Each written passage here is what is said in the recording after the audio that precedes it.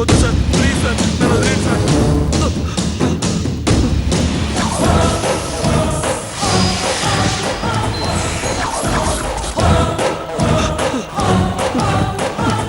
Please sir, వదిలేండి sir.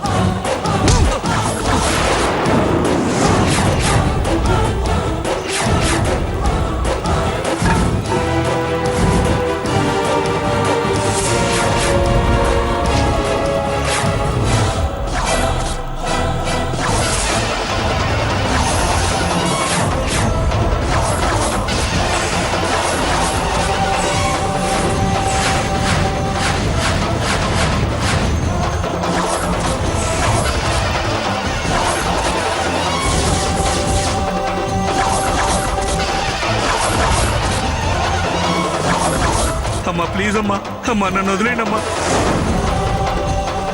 అమ్మా నన్ను క్షమించండి అమ్మా, ఏదో బుద్ధి తక్కువ చేశానమ్మా, ఇంకెప్పుడు అలా చేయనమ్మా, వదిలేండి అమ్మా.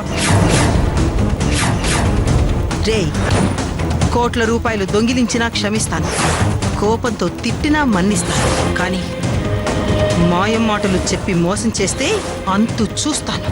నన్ను క్షమించండి అమ్మా, అమ్మా నన్ను క్షమించండి.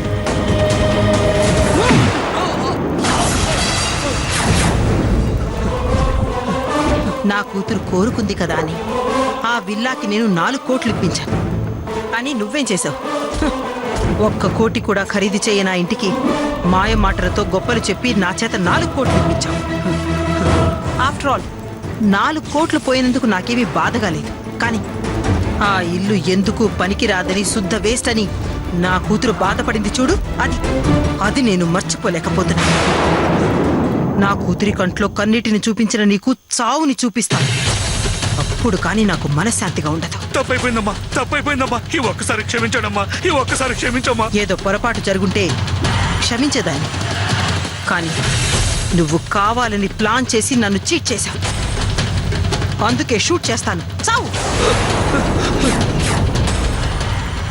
వద్దు మేడం, వీడు చేస్తే మ్యాటర్ బయటకు వస్తుంది మేడం, దాంతో అమ్మాయి గారి పేరు కూడా బయటకు వస్తుంది మేడం, అందుకే ఆలోచించండి మేడం. పో, ఇంకెప్పుడు మాకు కనిపించవు, కనిపించావో ఇంకెవరికి కనిపించవు. అలాగేనమ్మా.